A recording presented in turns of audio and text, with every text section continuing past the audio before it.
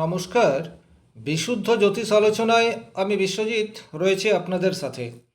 আজ আমার আলোচনার বিষয় ডিভোর্স বাড়ছে কেন, ডিভোর্সের জ্যোতিষ যোগ এবং রবির প্রভাব। ডিভোর্স এমন একটা বিষয় যেটি কিন্তু একদিনে হয় না, অর্থাৎ বিবাহিত জীবনে প্রবল অশান্তি এবং দীর্ঘদিন ধরে বিবাহিত জীবনে প্রবলেমের মাত্রা যদি উত্তরোত্তর বৃদ্ধি পেতে থাকে, তখন কখনো কখনো আমাদের মনে এই প্রশ্ন চলে আসে, এই সম্পর্ক আর রাখা যাবে না। অর্থাৎ তখন আমরা কোনো চরম সিদ্ধান্তে চলে আসতে পারি। আর ছোটোখাটো প্রবলেম এটা কিন্তু প্রত্যেক ফ্যামিলিতে প্রত্যেক কাপলের মধ্যেই হতে থাকে, কিন্তু সবার ক্ষেত্রে ডিভোর্স হয় না। তবে বর্তমান পরিস্থিতি বা বর্তমান সময় যেটা চলছে, এই সময় কিন্তু ডিভোর্সের মাত্রা সেটি উত্তরোত্তর বৃদ্ধি পেতে থাকছে। তার প্রচুর কারণ রয়েছে, তো সেই কারণগুলি নিয়ে আজকে আলোচনা করব না। শুধুমাত্র আপনার জন্মকুণ্ডলিতে রবি কিভাবে থাকলে আপনার ডিভোর্সের কারণ হতে পারে, বা রবির জন্য আপনার বিবাহিত জীবনে প্রবল অশান্তি রয়েছে, এই বিষয়টি আপনি খুব সহজে আইডেন্টিফাই করতে পারবেন।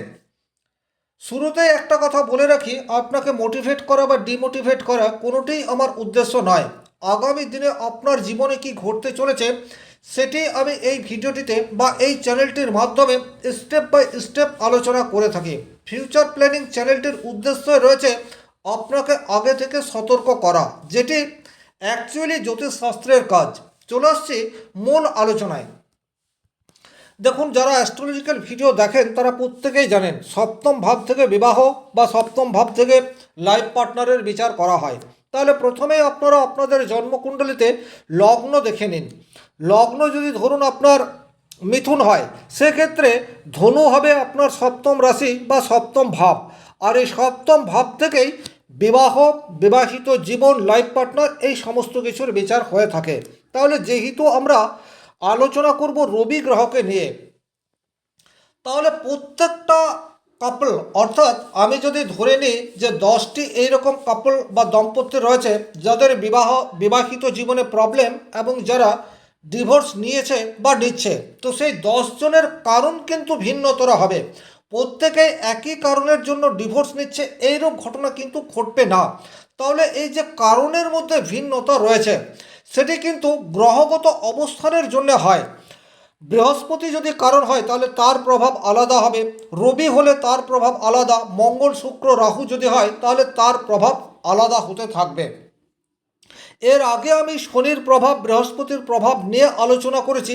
আপনারা যদি ওই ভিডিওগুলি না দেখে থাকেন তাহলে দেখে নিতে পারেন।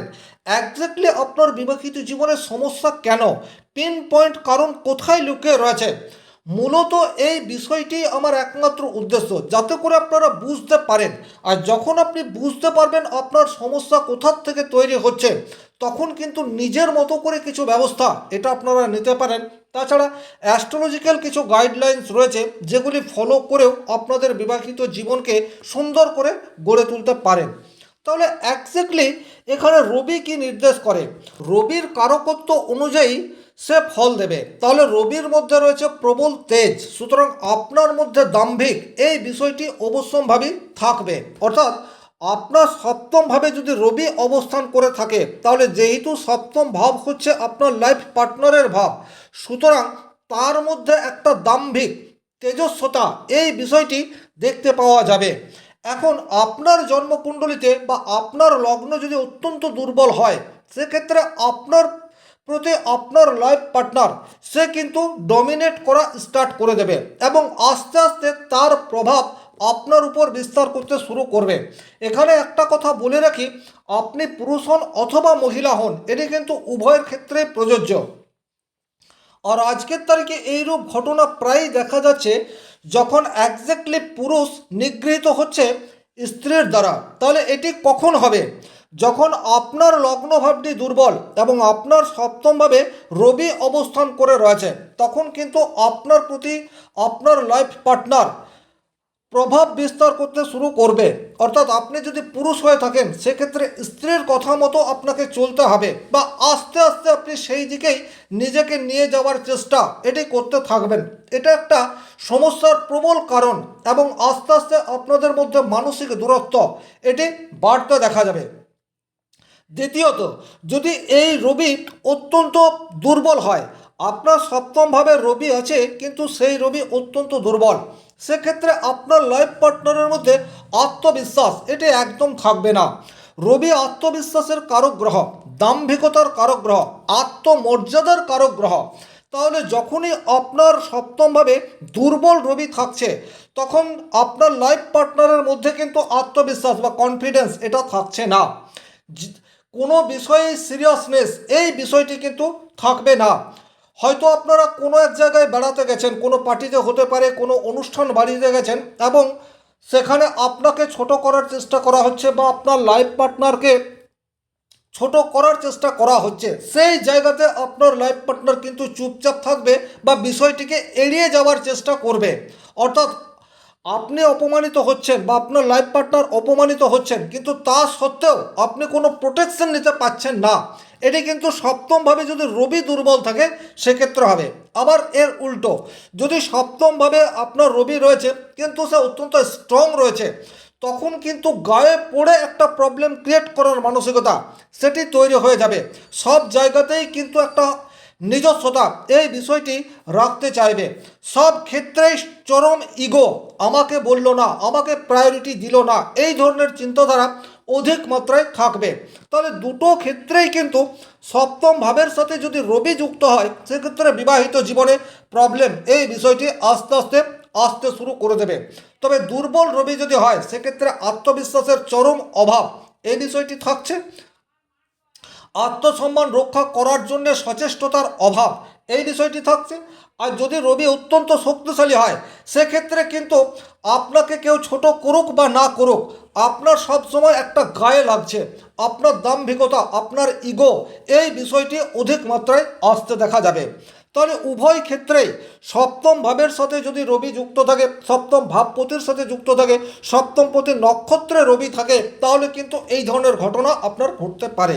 দ্বিতীয়ত, রবি যদি আপনার অষ্টম ভাবে থাকে, অষ্টম ভাব হচ্ছে আপনার শ্বশুর বাড়ির সাথে রিলেশনশিপ, আপনি পুরুষ হন অথবা মহিলা হন বা আপনার ফ্যামিলি, সেক্ষেত্রে কিন্তু ফ্যামিলিগত দিক দিয়ে লাইফ পার্টনারকে হেয় করার চেষ্টা, তার উপর প্রভাব বিস্তার করার চেষ্টা এটি হতে থাকবে, তার উপর চাপ সৃষ্টি এটা কিন্তু হতে থাকবে।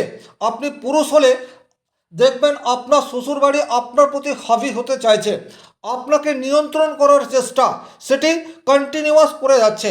এটি যদি অষ্টম ভাবের সাথে রবি অবস্থান করে বা অষ্টম ভাবের সাথে রবির কোনো রকম কানেকশন তৈরি হয়, তবে এই প্রভাব কতটা মাত্রায় থাকবে সেটি নির্ভর করবে রবি কোন রাশিতে রয়েছে, রবির কোন নক্ষত্রে রয়েছে, রবি ডিগ্রিগত অবস্থায় কি রয়েছে, রাশি লগ্ন কি রয়েছে তার উপর। কিন্তু ওভারঅল যদি বলা যায়, অষ্টম ভাবের সাথে রবি কানেকশন তৈরি করে থাকলে শ্বশুরবাড়ির মানুষজনের প্রভাব সেটি আপনার উপর দেখতে পাওয়া যাবে। অনেক সময় কিন্তু এই প্রভাবের মাত্রা অনেকটা হাতাহাতি পর্যায়েও চলে যেতে পারে, এই বিষয়টিও কিন্তু দেখা গেছে। অর্থাৎ চরম নিগ্রহ বলতে যেটা বোঝায়, উৎপীড়ন বলতে যেটা বোঝায়, সেটি কিন্তু হতে পারে। আবার যদি ষষ্ঠ ভাবের সাথে সম্পর্ক তৈরি করে দেয়, সেক্ষেত্রে কিন্তু আপনার শ্বশুর বাড়ির সাথে বিচ্ছেদ এটা অবশ্যম্ভাবী হতে থাকবে। কোনো দুরারোগ্য ব্যাধি, শারীরিক অসুস্থতা, অস্ত্রোপচার এই সমস্ত ঘটনা সেটাও লাইফ পার্টনারের হতে পারে। অর্থাৎ লাইফ পার্টনারের হেলথ ইস্যু এটা আপনার কাছে অনেক বড় একটা ম্যাটার, এটা হতেই পারে। কিন্তু একই রকমভাবে শ্বশুর বাড়ির সাথে সম্পর্ক একেবারে কাটার এই বিষয়টিও কিন্তু দেখতে পাওয়া যায়। যদি রবি কোনো না কোনোভাবে দ্বাদশ ভাবের সাথে সম্পর্ক তৈরি করে দেয়, সেক্ষেত্রে কিন্তু শয্যা সুখের হানি এই বিষয়টি দেখতে পাওয়া যায়। অনেক সময় ইললিগ্যাল কোনো রিলেশনশিপ এই বিষয়টিও কিন্তু চলে আসতে পারে। আপনার প্রতি, আপনার ফ্যামিলির প্রতি চরম নিগ্রহ এই বিষয়টিও কিন্তু চলে আসতে পারে। এক্সট্রা ম্যারিটাল অ্যাফেয়ার্সের জন্য আপনাদের বিবাহিত জীবনে প্রবল সমস্যা এই বিষয়টিও কিন্তু ওভারঅল চলে আসতে পারে। এক্স্যাক্টলি আপনার যেটা করা প্রয়োজন সেটি রয়েছে আপনার কারণ এটা খুঁজে বের করা। ডিভোর্স একটা অনেক বড় বিষয়, একদিনে এটি হবে না। তাই আপনার জীবনে অ্যাকচুয়ালি সমস্যা আসছে কোথার থেকে, এটি যদি আপনি আস্তে আস্তে কন্টিনিউয়াস ওয়াচ করতে পারেন, এবং সেটি খাতায় লিখে রাখেন, সেক্ষেত্রে আপনি দেখতে পাবেন যে রবি যদি অশুভ হয় অথবা রবি যদি সপ্তম ভাবের সাথে কোনো না কোনোভাবে কানেকশন তৈরি করে, সেক্ষেত্রে ইগো এই বিষয়টি প্রধান কারণ হয়ে যাচ্ছে। আর দ্বিতীয় কারণ হয়ে যাচ্ছে আত্মবিশ্বাস বা আত্মমর্যাদাহীন। এই বিষয়টি কিন্তু অধিক প্রায়োরিটি পেতে থাকবে। আর যদি তেমনটি হয়, সেক্ষেত্রে অ্যাস্ট্রোলজিক্যাল কিছু গাইডলাইন্স রয়েছে যেগুলি আপনি ফলো করে এই সমস্যাকে আস্তে আস্তে সেটাও করে ফেলতে পারেন। আশা করি এই ভিডিও আপনার কাজে আসবে। যদি ভিডিওটি ভালো লাগে সেক্ষেত্রে লাইক করে দেবেন, কোথাও কোনো প্রশ্ন সংশয় থাকলে কমেন্ট বক্সে লিখে জানাবেন, আর চ্যানেলে নতুন হয়ে থাকলে সাবস্ক্রাইব করে পাশে থাকা অল নোটিফিকেশন বেল আইকনটি প্রেস করে দিন। আজকের মতো বিদায় নিচ্ছি, ভালো থাকুন, সুস্থ থাকুন, ধন্যবাদ।